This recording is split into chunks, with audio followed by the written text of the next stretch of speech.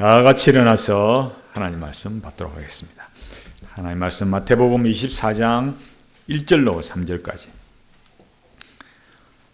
예수께서 성전에서 나와서 가실 때에 제자들이 성전 건물들을 가리켜 보이려고 나아오니 대답하여 이르시되 너희가 이 모든 것을 보지 못하느냐?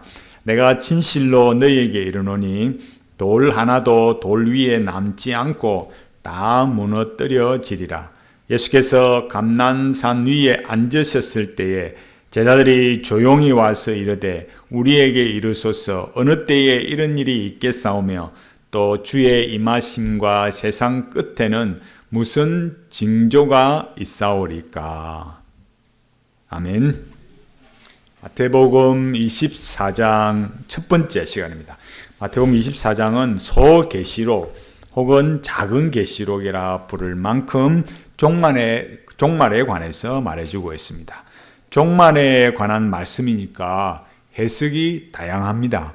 우리는 24장을 두고 우리 시대에 일어나는 문제들 또 그릇된 사상들에 대해서 알아가고 배워가야 하기 때문에 설교가 쉽지 않습니다. 또 24장을 배워가면 결국 이런 문제들을 일으키는 자들이 거짓 선지자들, 거짓 선생, 즉 그리스도라는 것을 분명하게 알아야 합니다. 24장 1절부터 25장 46절은 마태복음의 다섯 번째 설교이자 마지막 설교입니다. 26장 1절을 보면 예수께서 이 말씀을 다 마치시고 라고 말하는 것은 설교가 끝났을 때 사용되는 전형적인 표현입니다. 그래서 이 다섯 편의 설교가 모두 끝났다라는 뜻입니다. 예수님께서 이 마지막 설교에서 종말에 일어날 사건을 말씀하셨습니다. 구조를 보면 24장 1절 2절은 성전에 대한 제자들의 감탄 그리고 질문으로 시작을 해서 3장 31절까지 예루살렘 성전의 파괴 그리고 종말의 심판을 말하고 24장 32절부터 25장 30절은 종말을 준비하는 삶에 대해 가르치고 25장 31절부터 46절은 최후 심판 장면을 말합니다. 마태복음의 예수님 설교는 결국 심판에 대한 경고로 끝이 납니다. 특히 이 마지막 설교에서는 심판 장면을 비유로 묘사합니다. 그 비유가 그 끝이 뭐냐면 양과 염소의 비유입니다. 예수님의 감난산 설교는 예수님께서 예루살렘에 입성하시고 성전 청결 사건, 유대 지도자들과의 논쟁, 이런 극도의 긴장 속에서 말씀하신 것입니다. 마태복음 23장 31절 36절을 보면 유대인들이 선지자들을 죽인 그 형벌을 받게 될 것이다. 이런 어마어마한 말씀을 하셨고 예수님의 말씀의 이 요지는 예루살렘의 임박한 멸망입니다. 이 핵심적인 주제에 부과된 것이 세상의 종말입니다. 그러니까 이 다가올 현 시점의 중요한 건 뭐예요? 예루살렘 멸망이고 그와 관련해서 세상의 종말이 어떻게 일어나느냐를 말하는 거예요. 이걸 지극히 반대하는 사람들이 세대주의자들입니다. 그래서 오늘 우리가 세대주의자들에 대해서 더 많이 앞으로 몇 주간 동안 배워가야 됩니다. 24장 1절 3절은 예수님께서 성전에서 나와 가실 때 제자들과 함께 나눈 대화입니다. 제자들이 성전 건물을 이렇게 가리키려고 보이려고 이렇게 나왔을 때 예수님께서는 성전이 철저하게 파괴될 것이다 라고 예언을 하셨습니다. 23장 38절에서는 이미 예수님께서 성전이 파괴될 거라고 말씀을 하셨어요. 그런데도 제자들이 예수님 저 성전 대단하지 않습니까? 하고 이렇게 말했던 거예요. 그리고 종말의 때가 언젠지 주님께서 오실 때 징조가 무엇인지 그렇게 물었어요. 제자들이 말하는 성전은 헤롯 성전입니다. 그러나 그러니까 이 헤롯 성전을 말할 때 그 앞에 제1성전, 솔로몬 성전, 제2성전, 포로기환 때의 성전, 그리고 지금 헤롯 성전을 새로 짓는데도 제3성전이라 하지 않는 거예요. 왜냐하면 이방인이 지으니까 그런 거는 이 제3성전이라 말하지 않고, 이제 언젠가 지금 이 예루살렘의 이 황금돔이 사라지고 거기다가 제3성전을 짓는다. 지금 우리가 이스라엘과 이쪽 하마스와 전쟁이 일어나는 걸 보면서 지금 세대주의자들이나 이런 그런 종말론을 비슷하게 말하는 사람들은 아주 그냥 흥분해서 말하고 있지만, 세대주의를 우리가 하나씩 알아보면 그런 예수님께서 가르치신 내용은 그런 관점이 아니라는 것을 분명하게 알 수 있습니다. 예수님께서 종말론에 대해서 말씀하시는 시작이 성전입니다. 성전이란 게 뭡니까? 성전이란 것은 하나님께서 임재하시는 장소, 쉐키나 이렇게 배웠잖아요. 그렇기 때문에 너무나 중요한 장소였어요. 지금 이 헤롯 성전은 80년 동안, 80년 이상 오랜 세월에 건축이 되었습니다. 그러니까 그런 그 건축이 오래 이렇게 되고 있었어도 중요한 것은 그 외적인 화려함이나 웅장함 이런 게 중요한 게 아니라 하나님 없는 강도의 소굴이 되었기 때문에 하나님의 심판을 받아서 AD 70년에 완전히 무너졌어요. 남아있는 것은 서쪽의 외벽입니다. 그 외벽을 유대인들은 통곡의 벽이다 이렇게 부릅니다. 아직도 왜 통곡하느냐? 아직도 메시아가 올 것이라고 기대하면서 유대인들이 세계의 중심이 되고 새 세상이 될 것이다 라고 그렇게 꿈을 꾸면서 통곡을 하는 거예요. 이상을 그리고 있는 거예요. 유대인들은 메시아가 강림 직전에 혹은 강림 이후에 제3성전을 짓는다 그렇게 생각하고 있습니다. 지금 이스라엘에 있는 저 황금돔 사원을 허물고 그 자리에 제3성전이 세워진다 이렇게 보는 겁니다. 제3성전에 대해서는 이어지는 시간에 우리가 더 배우도록 하겠습니다. 우리는 지금 마태복음 24장을 배우기 전에 세대주의와 메시아닉 주에 대해서 살펴보고 무엇이 성경적인 종말론인가를 배우도록 하겠습니다. 이걸 다 말한다는 것은 그 두꺼운 책들을 다 말할 수는 없기 때문에 핵심적으로 볼 겁니다. 종말론과 관련해서 우리 시대를 오염시키고 있는 사상 중, 그러니까 시대라는 것, 우리 기독교 신앙을 오염시키고 있는 사상 중에 하나가 세대주의입니다. 세대주의는 수백만 명의 미국인이 포용한 완전한 종교적 하위 문화였어요. 세대주의라는 말은 필립 모로가 이름 붙인 것입니다. 세대라고 할 때는 우리가 말할 때 우리 세대 이런 정도가 아니고, 세대라는 것은 영어로 디스펜션이라 하는데 이 말은 헬라어의 오이코노미아를 영어로 번역한 겁니다. 오이코노미아란 우리가 바울 서신에 보면 경륜이라는 말이 나오잖아요. 그죠? 그런 경륜을 말하는 거예요. 그러니까 성경에서 우리가 경륜이라는 말을 들어왔을 때 좀 익숙하지만 세대라 하면은 잘 이렇게 들어보지 않아서 익숙하진 않아요. 그럼 세대라는 말은 누가 사용했냐면은 비국교도가 사용했습니다. 비국교도라는 거, 국교 반대자들. 국교는 뭐냐 그러면은, 우리 국교라는 것은 대한민국의 국교가 아니고 이런 그 신학적인 용어, 국교, 비국교를 말할 때는 영국의 성공회를 말하는 거예요. 국교라는 것은 영국이 기독교라 하지만 정치적으로만, 그러니까 외적인 어떤 모습으로만, 정치적으로만 기독교이지 실제로 그 내용으로는 로만 카톨릭 그대로였어요. 그것을 성공회다 이렇게 말합니다.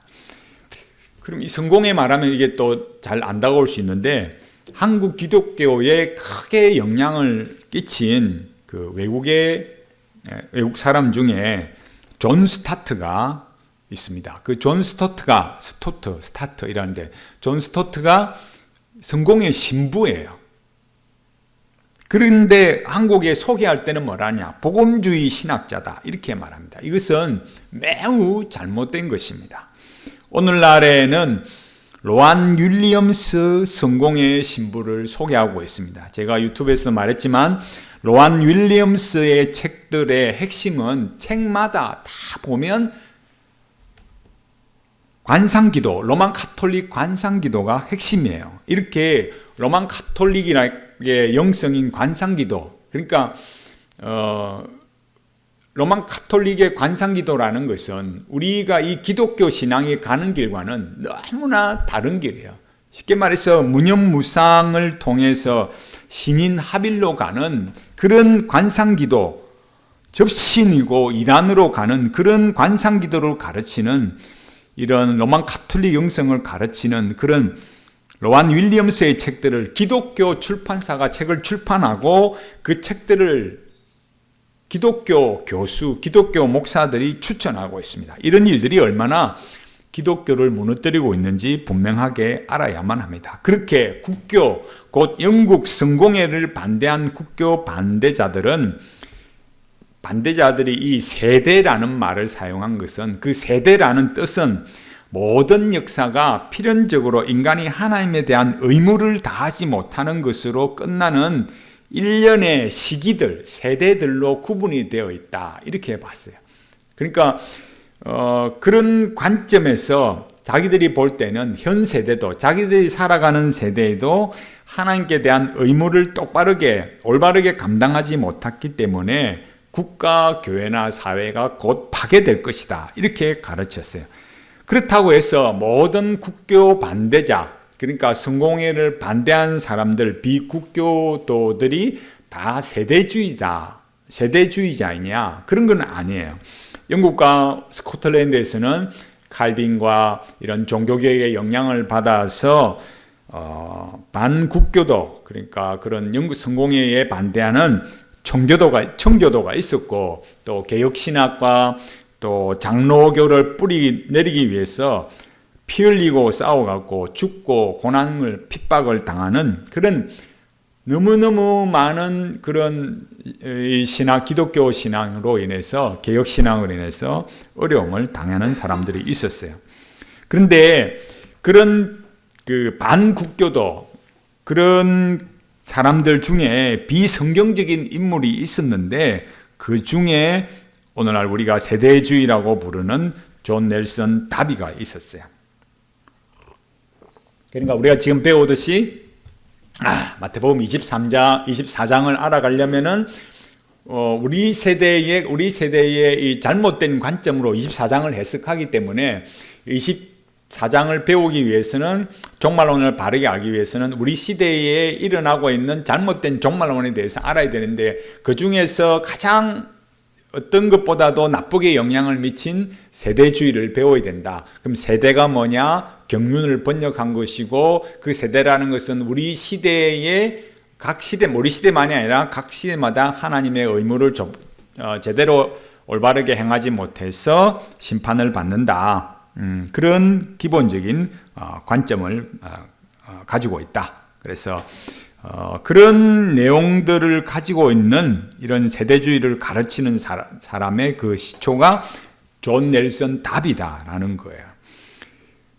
1820년 영국의 더블린의 귀족인 존 다비는 목사였는데, 그 영국 성공회가 현재 하나님의 세대적 시험에 실패했고 깊은 배교에 빠졌다, 이렇게 봤어요.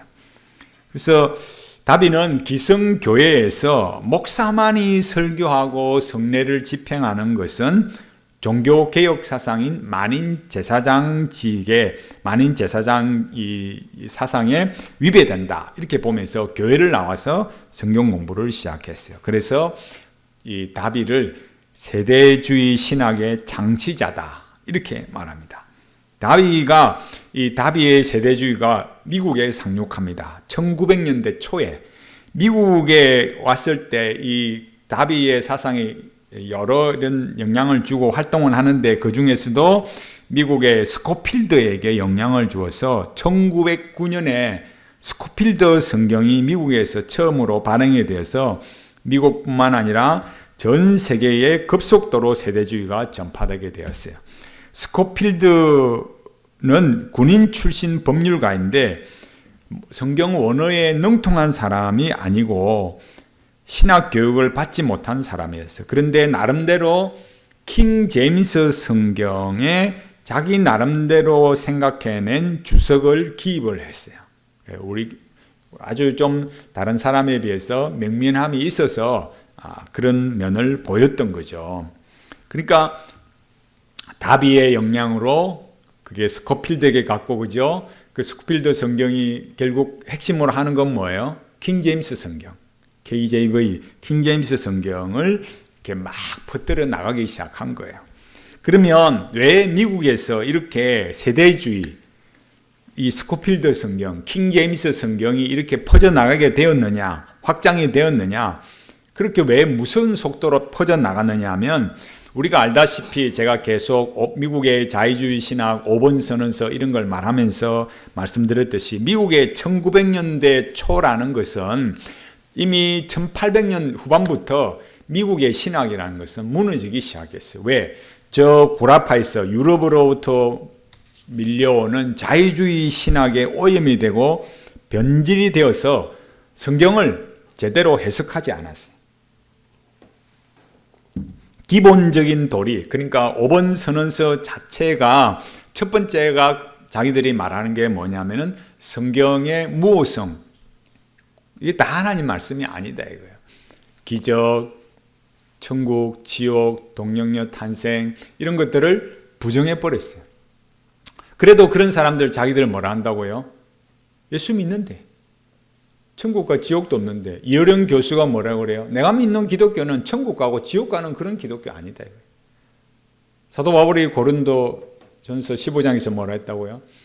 부활이 없으면 세상에서 가장 불쌍한 자야. 천국과 지옥이 없으면 뭐 하려고 이 시간에 예배드리고 이 귀한 시간에 나와서 차라리 돈이나 벌고 가죠. 얼마나 이 귀한 시간인데 우리는 그 귀한 것, 이 세상의 귀한 것보다 더 귀하고 영광스러운 부활이 있고 천국의 소망이 있기 때문에 하나님 앞에 이렇게 나오는 거 아니에요? 그런 시대에 변질이 일어났어요. 그러니까 영국의 이신론, 독일의 종교사학파 이런 것들이 프린스턴 신학교, 하버드 신학교, 프린스턴 신학교를 무너뜨리고 있었어요. 그동안 잘 지켜왔던 미국의 정통개혁 신학 무너지고 수많은 교수, 목사들이 이른바 신신학에 빠졌어요.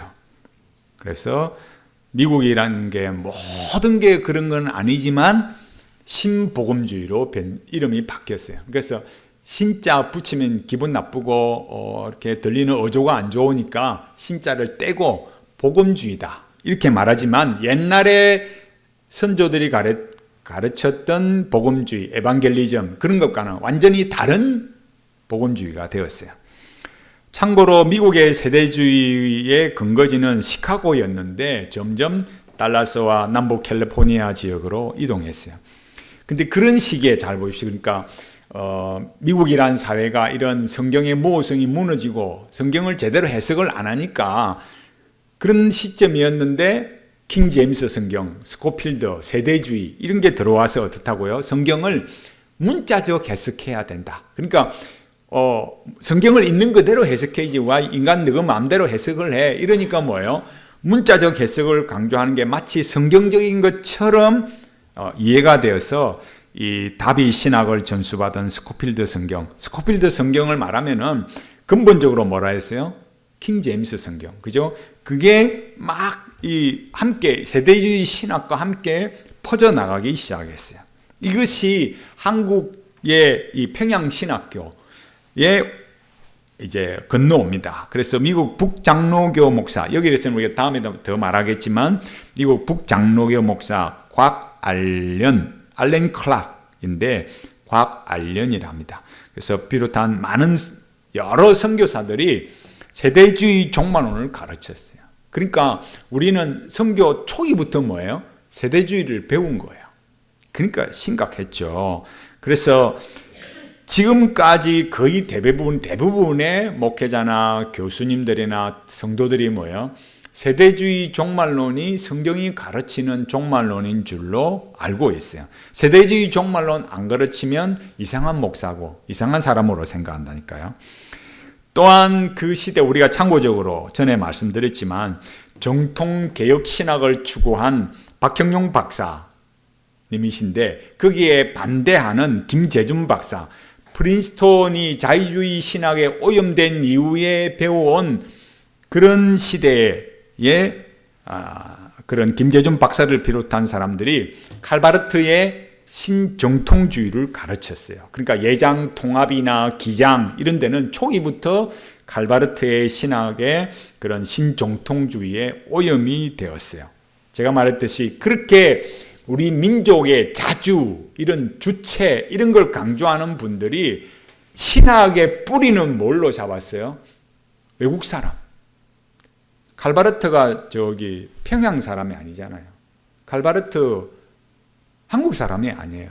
그렇게 우리나라가 복음을 받아들이는 것은 우리나라가 우리 한국 사람이 특별한 어떤 기질이 있다 이렇게 봤는데 우리나라 사람의 탁월성, 그러니까 선교사님들이 막 그렇게 애써서 뭘 잘해줘서 우리가 복음을 받아들인 게 아니고 우리나라 사람들이 특별하다 이거예요. 그렇게 어떤 자주, 주체 이런 걸 말하지만 실제는 뭐예요?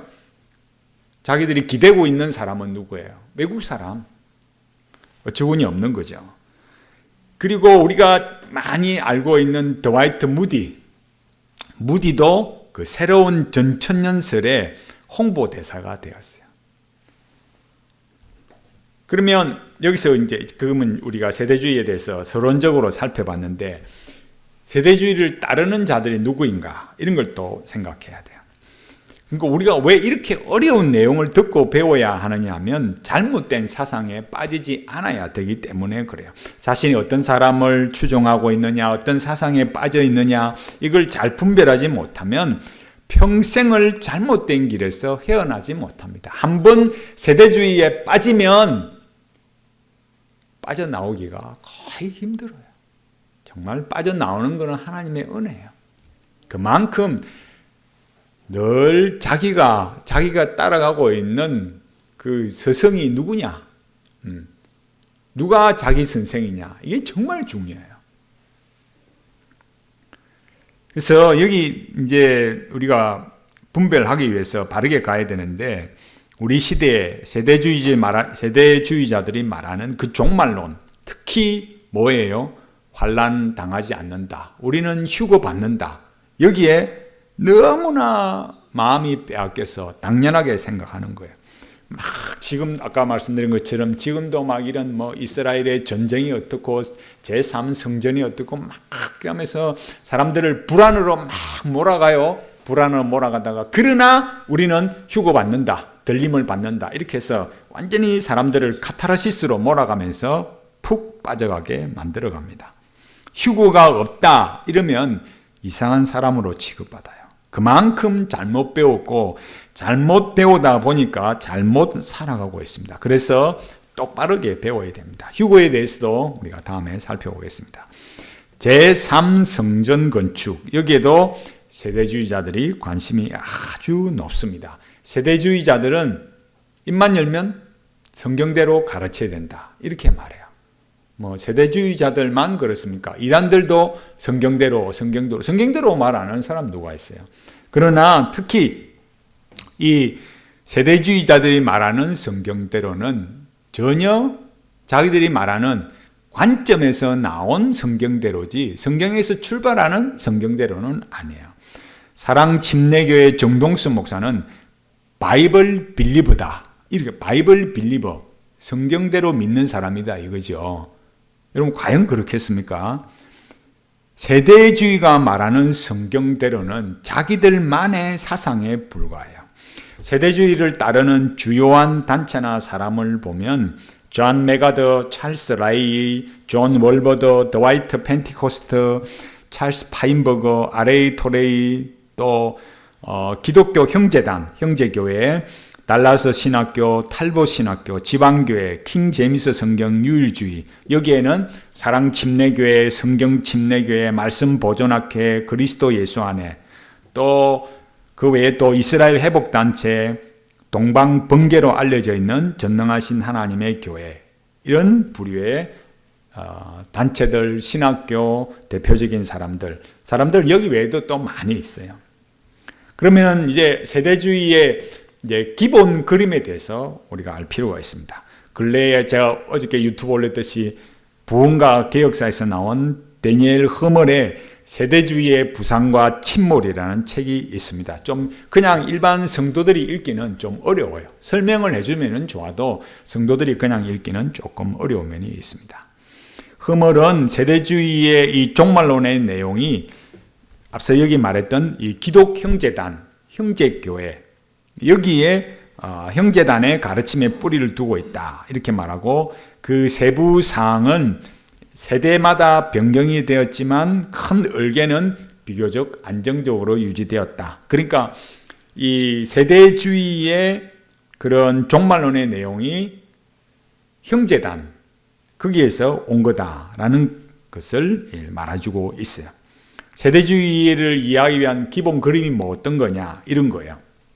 세대주의에는 이 세대의 끝에 휴거가 일어난다고 보는 거예요. 휴거가 딱 일어나면 이 참된 기독교인은 공중에서 예수님을 만나기 위해서 갑자기 하늘로 올라간다, 들림을 받는다, 이렇게 생각합니다. 그리고 이제 교회가 지상에서 올라갔으니까 하늘로 올라가고, 하나님께서는 이 세계를 구속하기 위한 계획의 일환으로 7년 동안 심판을 내립니다. 그거를 이제 7년 대환란, 이렇게 시작이 된다고 보는 거예요. 하나님께서 악이 세상을 다스리도록 허락을 하시고 적 그리스도의 세력이 일어나서 움직이도록 허용을 하시는 거예요. 역병, 지정학적 업무, 전쟁이 따르고 지구는 황폐해진다라고 말합니다. 그런데 그걸로 끝이 아니고 이스라엘은 멸망 직전에 있지만 남은 자들은 초자연적인 보호를 받습니다.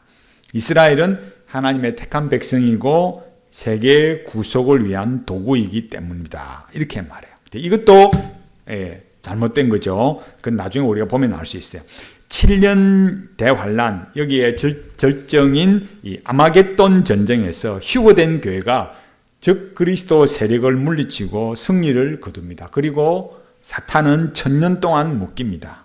이것은 1000년 왕국이 예루살렘에서 다스리는 기간과 같습니다. 1000년 왕국은 전 세계를 평화와 정의로 다스려집니다. 그렇게 1000년이 지난 후에 사탄과의 마지막 대결이 일어나고 마귀를 불못에 영원히 보내고 인류의 최후 심판이 있다. 이게 세대주의의 기본 그림이에요.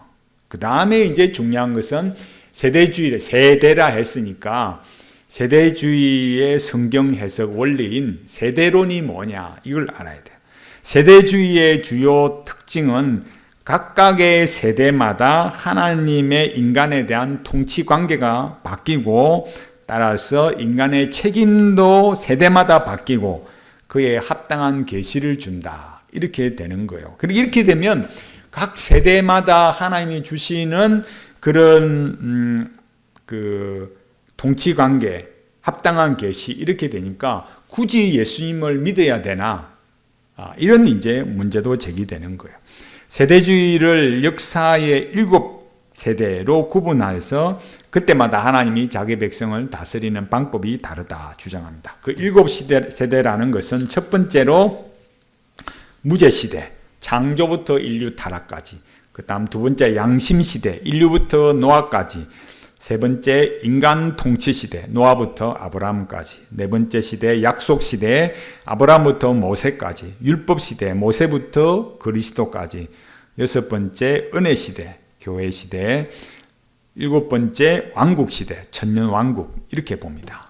인간의 책임이라면 그게 뭐겠습니까? 그러니까 세대라는 거, 하나님께서 각 세대마다 통치를 위해서 그 계시를 주시고, 그죠? 인간이 시험을 받는다, 이거잖아요. 그러면 인간의 책임이라는 걸 감당해야 되는데, 인간이 그런 하나님의 시험을 받아서 새롭게 검증을 받아야 된다라는 거예요. 각 세대마다.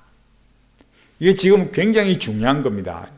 세대주의 교회에 다니는 사람들이나 또 그런 데에 대해서 뭐 어떤 관심을 가지고 있는 사람이든지 목사든지 성도든지 잘 생각해야 되는 거예요. 그게 뭐가 문제일까요? 뭐가 잘못되고 성경적인 관점은 뭐겠습니까?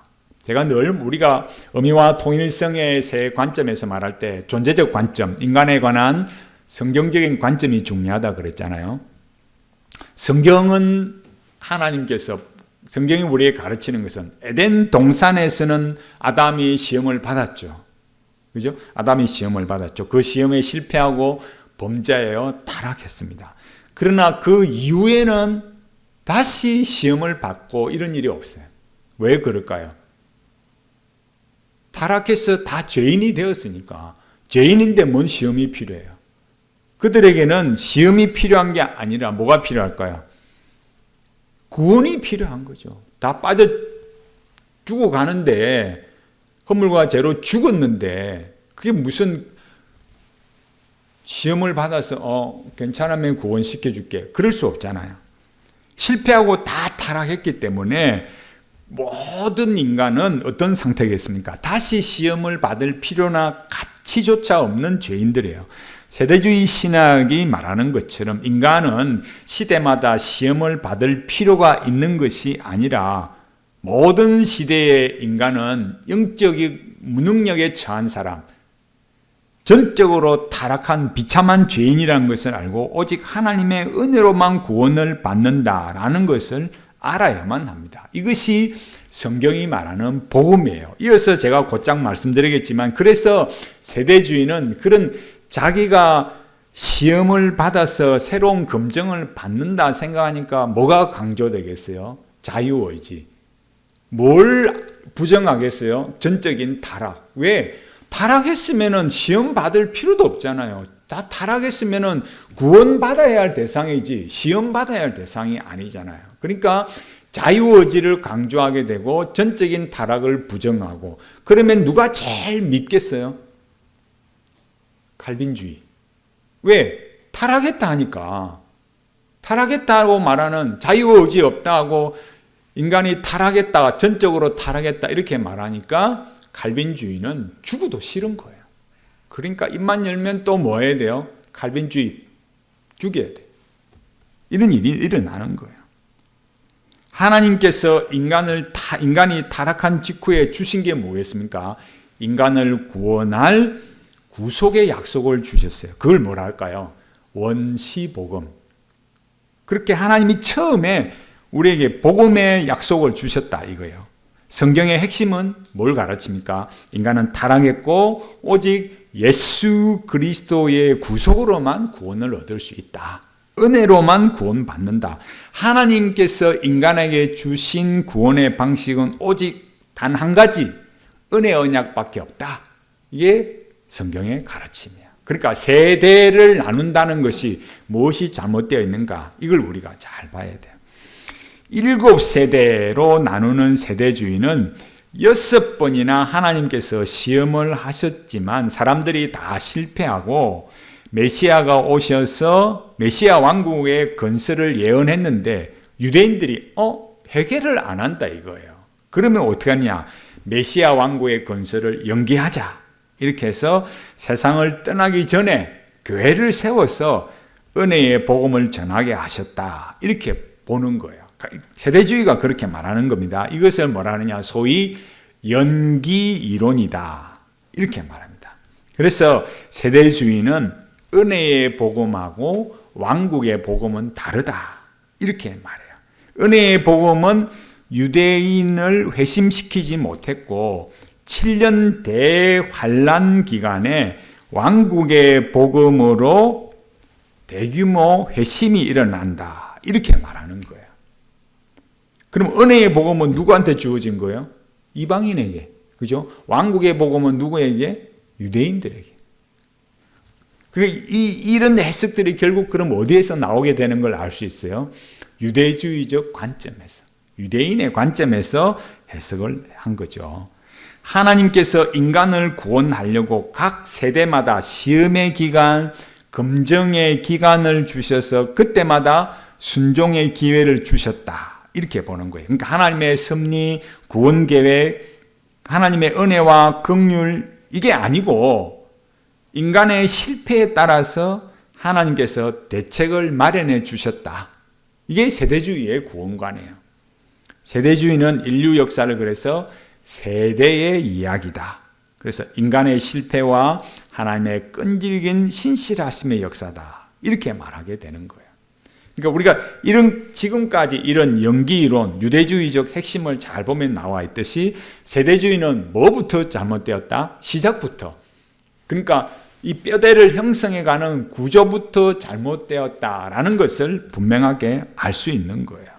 그러니까 자유의지, 그 세대마다 하나님께서 인간을 시험하니까 결국 뭘 해야 되겠어요? 그런 검증기관의 순종의 기회, 자유의지가 강조되고 그 자유의지가 잘못되었다고 말하고 인간에게는 자유의지가 없다, 전적으로 타락했다고 말하는 칼빈주의를 집요하게 공격할 수밖에 없는 그런 구조 속에 가는 거예요. 전에 말씀드렸듯이 드글라스 버몬트 그런 사람들이 어떻게 했어요? 그런 자유의지에 대해서 계속 배우고 그렇게 하다 보니까 이렇게 하는 거는 어디서 많이 들어봤는데 어디 있어요? 로만 가톨릭. 그 보따리 싸서 로만 가톨릭 가버렸어요. 굳이 기독교일 필요가 없는 거예요. 핵심을 여러분 잘 보면 알 수 있어요. 그러면 교회는 뭐냐 하면은 교회는 세대주의가 가르치는 내용은 뭐냐면 예수님께서 복음을 전하실 때 앞서 말했듯이 뭐랬어요? 유대인들이 복음을 안 믿는다 이거예요. 그래서 그 대책으로 만들어진 것이 이방 선교다라는 거예요. 이런 걸 이 용어로 뭐라 그러냐면은 막간으로 주셨다. 그러니까 인터루드 그 사이에 마지막에 저 유대인이 구원받고 그죠? 그렇게 그 사이에 유대인들이 복음을 거부했기 때문에 그 사이에 막간으로 주어진 것이 교회다. 이렇게 봤어요. 그래서 구약의 선지자들도 예수님께서도 생각지도 않으셨던 어떤 긴급적인 대책으로 이방인을 구원했다. 금방 앞서 우리 배웠듯이 뭐랬어요? 인간이 실패하면 뭐 한다 했습니까? 하나님께서 그에 대한 대책을 내놓는다. 세대주의자는 그렇게 말했잖아요. 그러니까 예수님께서 오셔서 유대인들에게 복음을 전했는데 안 믿으니까 그 대책으로 내놓은 게 뭐예요? 이방 선교다, 교회다 이렇게 말하게 되는 거예요. 그래서 세대주의자들은 말하기를 예수님이 말한 하나님의 나라는 유대인들을 위한 것이고 유대인들을 위하여 그래서 영적인 것이 아니라 이 지구 위에서 이루어질 다윗의 왕국이 이루어지는 것이다. 이렇게 주장을 하는 거예요. 여러분 잘 봐야 돼요. 이 사람들이 뭘 가르치느냐. 그러니까 결국 유대 왕국이 세워지는 거잖아요. 그러니까 이렇게 세대주의 신학의 소위 말해서 창시자인 이 넬슨 다비가 유대인이었어요. 그러니까 세대주의는 처음부터 친유대주의 신학 사상이다. 이거를 명확하게 우리가 알고 가야 됩니다. 유대인들이 예수님을 죽이자 이 왕국은 장래 왕국 시대가 되어야 이루어질 수 있다. 이렇게 믿고 그 장래의 유대 왕국, 나중에 유대인들이 구원받기 그 전에 예수님께서 이런 관로 속에, 교회는 관로고 그냥 임시로 대책으로 주어진 거고 나중에 뭐예요? 유대인들이 구원을 받게 되는 그런 구도로 되는 거죠. 그래서 그 관로 속에 교회가 임시로 주어진 것이다. 임시 대책인 거죠. 그래서 예수님께서 왕국을 제안했는데 유대인들이 거부하니까 어쩔 수 없이 교회를 만들게 된 것이다. 이렇게 본 거예요. 여러분 잘 보면 성경을 조금만 배워보면 알 수 있는 거예요. 만일 교회가 하나님께서 창세전에 계획하신 게 아니고 인간이 그런 시험에 실패해서 돌발적으로 새로운 대책으로 내어놓아서 이렇게 교회가 생겼다면 그죠? 에베소서 1장 4절에 뭐라 합니까? 곧 창세전에 그리스도 안에서 우리를 택하사 우리로 사랑 안에서 그 앞에 거룩하고 흠이 없게 하시려고. 아멘. 이런 말씀은 완전히 의미가 없어지는 거잖아요. 성경에 분명히 뭐라 했습니까? 창세전에 창세전에 그리스도 안에서 우리를 택하사 이렇게 말씀하잖아요. 하나님의 예정과 선택을 벗어난 구원 계획은 없습니다. 그러나 저 세대주의는 뭘 강조한다 했어요? 자유의지. 자유의지는 뭐라 했습니까? 하나님께서 구원의 밥상을 탁 베풀어 놓으셨는데 하나님께서 야 예수 믿어라. 예수 믿어라 하니까 저 병 따시고 배부른 인간이 뭐라 그래요? 믿고 안 믿고는 내 맘이지요. 뭐 자꾸 믿으랍니까? 내가 뭐 기계입니까? 자기 처지를 모르는 거예요. 허물과 죄로 죽어서 자기는 지옥 가는데 그걸 모르고 지금 뭐라고요? 배부른 소리 하고 있는 거예요. 자유의지라는 게 근본적으로 그런 거예요. 전적으로 내가 그렇게 타락한 게 아니다. 우리가 그렇게 몹쓸 놈이야? 그렇게 보지 않는 거예요. 세대주의의 구원관, 그러니까 첫째 잘못된 건 뭐라고요? 처음 우리가 볼 것은, 그러니까 세대를 말하면서 우리가 알게 되는 건 뭐였어요? 세대주의의 잘못된 인간론. 그죠? 그 다음에 인간론이 잘못되니까 자연적으로 뭐가 잘못되더라? 구원론이 잘못된다. 구원론이 잘못되니까 교회론도 잘못된다. 결국 끝에 가서 뭐가 잘못돼요? 종말론도 잘못된다. 이런 걸 볼 수 있는 거예요. 하나님의 나라는 어떻습니까? 연기된 것도 아니고 또 임시방편으로 주어진 것이 결코 아닙니다. 우리가 마태복음 배우지만 마태복음 8장 11절 12절 13장 31절로 33절 21장 43절 누가복음 17장 21절 요한복음 3장 3절 18장 36절 37절을 보면 예수님께서 분명히 뭐라고 하셨어요? 하나님의 나라가 임했다. 그렇게 말씀을 하잖아요. 사복음서는 너무도 정확하게 하나님 나라가 도래했다. 왔다고 선포하고 있어요. 그러니까 아직 뭐 하나님의 나라가 아직 임하지 않았고 현재와 상관이 없고 저 미래에 임한다. 이런 세대주의적 성경 해석은 성경의 통일성, 하나님 백성의 통일성을 무너뜨리는 거예요. 세대주의는 7세대로 나누면서 율법과 은혜를 엄격히 구분합니다.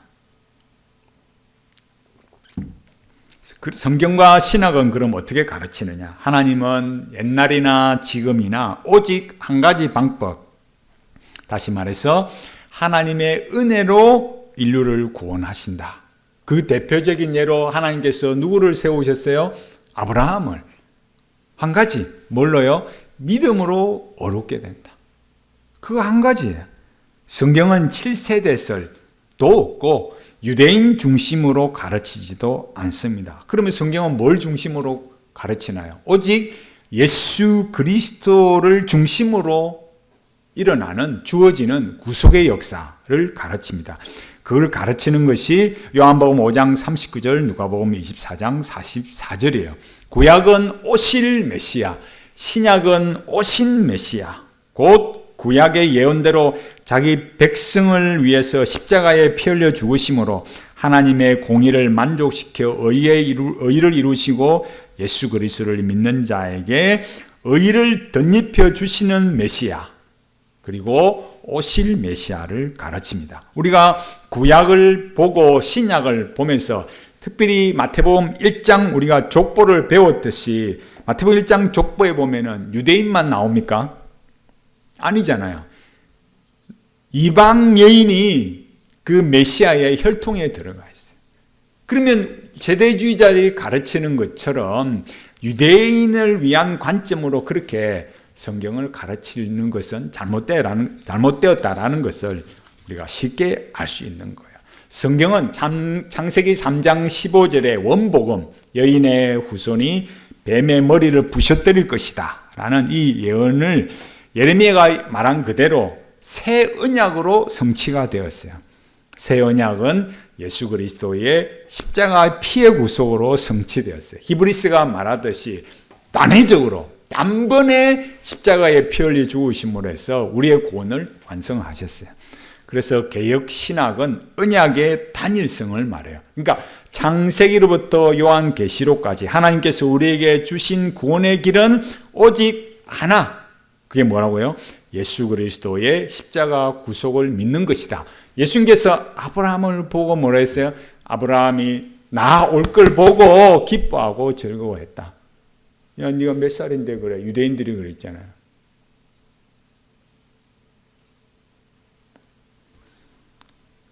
유대인들의 관점에서 보는 성경이 아니에요. 예수 그리스도의 십자가 구속의 관점으로 성경을 해석하고 믿음을 가르치고 구원에 이르는 것, 이걸 개약신학이다 이렇게 말해요. 아브라함에게 믿음으로 구원받게 하시고 모세도 다윗도 우리도 다 뭐예요? 예수 그리스도를 믿는 믿음으로 구원에 이르게 하셨어요. 자, 오늘 한 가지 더 말씀드리고 마치겠습니다. 세대주의 말했듯이 세대를 구분하는 거, 그러다 보니까 인간론이 잘못된 거죠. 왜 그렇다고요? 각 세대마다 시험을 하니까 자유의지, 전적인 타락 부정하, 인간이 그렇게 타락했다는 거 부정하게 되니까 자유의지 강조되고 칼빈주의 그렇게 극렬하게 반대하고, 그죠? 그런 관점으로 가는 걸 봤잖아요. 세대주의는 두 가지 기본 원리를 가지는데, 첫 번째 예언에 대한 문자적 해석, 둘째는 이스라엘과 교회를 구별하는 거예요. 조금 전에도 봤듯이 이스라엘 유대인과 교회를 이방인으로 구분하는 건 안 맞다 그랬잖아요. 마태복음 1장 족보에서도 알 수 있듯이. 그래서 세대주의 주요한 요소가 이스라엘과 교회를 구분하고 성경을 문자적으로 해석하는 걸 아주 중요하게 생각해요. 왜 문자적으로 해석하느냐라고 했을 때, 첫째는 문자적인 해석을 해야 성경 본문을 기록된 그대로 받아들이는 결과를 낳는다 이렇게 주장하고, 둘째는 이 문자적 해석 방법을 에스라가 사용했고 유대 랍비의 기본 방법이다 이렇게 말했어요. 그러니까 이렇게 말하는 것 자체, 둘째 이유를 봐도 벌써 뭐예요? 유대주의적이라는 냄새가 벌써 풀풀 나잖아요. 상징과 비유를 인정하기 때문에 상징, 비유 이걸 자주 말해요. 상징, 비유를 말하는데 모든 것을 문자적으로 해석하지는 않습니다. 여러분, 우리가 만일 문자적으로 모든 걸 해석하게 되면 예수님께서 마태복음 5장 29절에 만일 네 오른손이 너로 실족해 하거든 빼어버리라. 30절에 만일 내 오른손이 너로 실족하게 하거든 찍어내버리라. 이런 말씀대로 다 실행에 옮기면 뭐겠어요? 여기 사지 멀쩡하게 앉아서 예배드릴 사람이 별로 없는 거예요. 세대주의자들이 성경을 문자적으로 해석한다라고 말하는 이유는 성경이 직접 쓰여졌기 때문이다 이렇게 말합니다. 그러나 여러분 잘 보시면 만일 사무엘하 7장 13절을 어떻게 해석해야 될까요? 다윗의 보좌가 영원하리라. 유대인의 관점에서 보면 어떻게 해요? 유대의 나라가 영원하리라. 이게 맞는 거죠. 유대주의, 유대왕국 이렇게 되는 거죠. 그러나 이 말은 이 땅에서, 이 지상에서의 다윗의 나라, 이게 부활된다는 것이 아니라 메시아가 임한다라는 뜻을 가르칩니다. 그것을 가르치는 것이 로마서 1장 3절, 사도행전 2장 29절에서 32절, 그 외에도 성경이 증거합니다. 또 다른 예를 보면 요한복음 2장 말씀에서 예수님께서 이 성전을 헐라 내가 3일 만에 뭐예요? 다시 지을 거다 이렇게 말씀하셨잖아요. 예수님의 말씀을 문자 그대로 해석하면 말이 되겠습니까? 46년 동안 예루살렘 성전을 문자 그대로 이렇게 짓는다고 그런 공사를 했는데 3일 만에 무너뜨리고 다시 재개한다? 말도 안 되는 소리 하고 있다. 당장 그럴 거 아니에요. 예수님께서 그런 의미로 말씀하신 것이 아니라는 것을 요한복음 2장 21절에 그대로 문자대로가 아니라 예수님께서 십자가에 죽으시고 부활하시는 것이다 라고 말씀하셨어요. 그러니까 조금만 성경을 보면 문자적으로만 해석할 수 없다. 문자적으로 해석해야 될 것이 있고 또 상징적으로 봐야 될 것이 있고 또 여러 관점으로 봐야 되는 게 있는 거죠. 그러니까 우리는 개혁신학은 역사적, 문법적, 신학적 방법으로 성경을 해석하는 거예요. 왜냐하면 성경은 성령님의 감동으로 기록되었지만 원저자 베드로나 사도 바울이나 그 시대의 그 저자의 시대 문화 속에서 쓰여졌기 때문에 그렇습니다. 세대주의자들은 성경이 앞으로 일어날 사건을 정확하게 예언하고 있다고 봐요. 그래서 성경의 예언과 현대에 일어나는 사건들을 조화시키려고 합니다. 이런 거를 보도적 종말론이다 이렇게 말해요. 그래서 시대의 징조가 이런 거다라는 것을 자꾸 보도하는 거죠. 특히 뭐와 관련되어서 이스라엘이 무슨 일이 일어나느냐, 특히 또 뭐겠어요? 국가가 장악하려고 하는 것들, 이런 거에 굉장히 민감해요. 국가에 충성해라 이런 소리 하는 게 아니라 처음 시작이 그런 거 뭐였어요? 반국교도 그런 성향이 있기 때문에 굉장히 그런 거에 또 민감을 해요. 그래 보니 그렇게 삶을 살아가니까 삶을 살아가는 일에는 등한시 되는 거예요. 세대주의는 삶의 규범으로 주어진 율법의 제3용도, 그러니까 율법이 구원에 이르는 게 하는 건 아니지만 예수 믿는 사람으로서 삶을 어떻게 살아가야 하느냐를 그 성화를 말해주는 거죠. 용도로 사용되는 거예요. 그래서 성령님께서 율법을 통해서 우리 죄를 책망하고 회개에 이르게 하고 기독교인의 삶의 규칙으로 우리에게 주셨어요. 그래서 하나님의 형상을 담도록 하십니다. 개혁신학은 성경의 종말론적 예언을 이런 세상 끝에 일어나는 일련의 순서다 이렇게 가르치지 않아요. 칼빈이 말했듯이 왜 그런 순서가 아닐까요? 그거는 어느 시대에나 그러니까. 어느 시대에나 그런 거예요. 그래서 사도 베드로는 베드로서 1장 20절 21절 3장 15절 16절에서 무식한 자들처럼 성경을 함부로 해석하지 마라 그렇게 말씀했어요. 성령님의 역사하심을 겸손히 구하면서 주의를 기울여서 해석해야 된다 이렇게 말했어요. 저는 결론적으로 개혁신학은 성경을 어떻게 해석하느냐, 앞에 말했듯이 뭐라 했어요? 언약신학, 개혁신학이라 했잖아요. 성경을 해석하는 하나의 신학체계로 하나님과 인간 사이에 언약을 두는 거예요. 언약에 중점을 둡니다. 그래서 언약신학은 성경을 하나님께서 자기 백성들에게 그냥 단순히 말씀한 게 아니고 언약을 말씀하신 것이다. 성경책 지금 가지고 있잖아요. 그래서 구약, 신약이라 하잖아요. 옛 언약, 새 언약 이렇게 하잖아요. 구약이 뭔지도 몰라. 구약은 앞에 두꺼운 거, 신약은 얇은 거. 그게 아니고 옛 언약, 새 언약이에요. 그래서 성경을 하나님의 언약적 자기 계시서, 언약으로 자기를 우리에게 계시해 주신 말씀이다, 책이다 이거예요. 그래서 그런 의미에서 구약에는 뭐라 했습니까? 앞서 말했듯이 뭐예요? 오실 메시아. 메시아는 뭘 하는 메시아? 유대인 왕국을 이루는 메시아가 아니고 예수님 계속 그것 때문에 지금 우리가 마태복음 보듯이 유대인들은 계속 자기들이 바라는 그런 욕망, 이상사회, 유대사회 그걸 이루어주지 않으니까 예수님이 십자가에 죽여버렸잖아요. 성경이 말하는 건 뭐라고요? 자기 백성을 죄에서 구원할 메시아. 오실 메시아, 오실 메시아. 그러니까 오실 메시아, 오신 메시아를 증거한다라는 거예요. 이걸 우리가 그 언약의 내용을 통해서 우리가 잘 배웠듯이 그 구속의 결과로 성취한 그 중심의 내용은 뭘까요, 그럼? 예레미야가 말했듯이 나는 너희 하나님이 되고 너희는 내 백성이 될 것이다. 이걸 뭐라 했습니까? 언약의 공식이라 했잖아요. 그렇게 함으로 해서 이루어지는 게 하나님의 나라다 이거예요. 하나님의 나라가 저 유대인 중심으로 만들어지는 게 아니라 누구라도 뭐라고요? 할례자에게든 무할례자에게든 유대인이나 이방인이나 다 뭐라고요? 그리스도 안에서 통일되게 하려 하심이라. 그게 성경이란 말이에요. 그래서 그 하나님의 나라가 우리에게 주어지면 우리에게 뭐가 돼요? 임마누엘, 하나님 우리와 함께 하시는 것. 그게 성취되고, 그래서 성령님께서 우리에게 내주하심으로 예수 그리스도께서 십자가에 피 흘려 죽으시고 부활하시고 우리에게 주신 그 구원의 은혜, 지금도 중보하신 은혜, 그거를 성령 하나님께서 계속 유지시키고 효력 있게 적용하고 우리를 천국에 이르기까지 지켜주시는 거죠.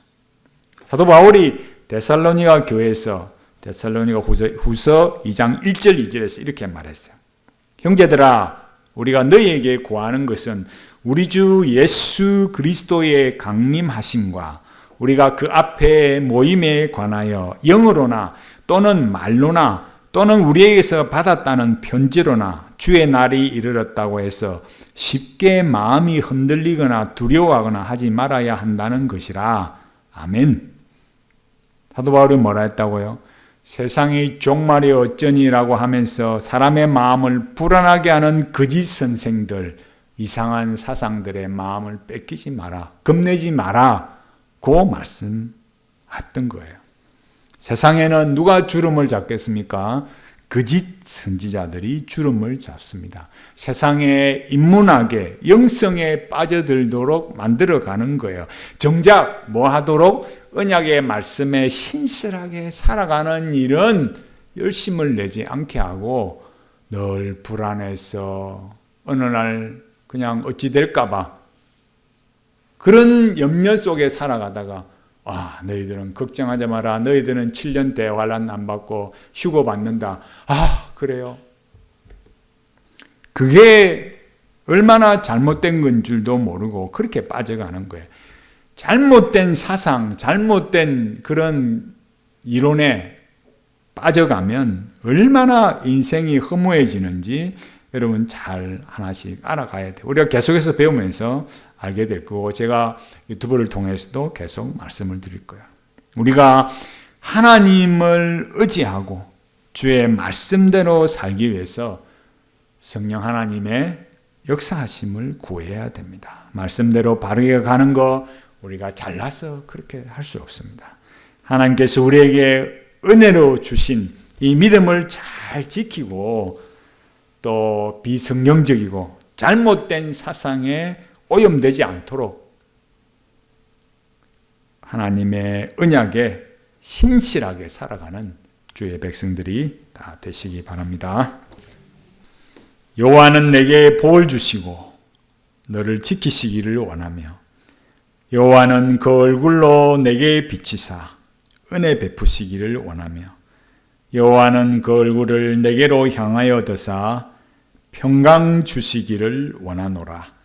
주 예수 그리스도의 은혜와 하나님의 사랑과 성령의 교통하심이 너희 무리와 함께 있을지어다. 아멘.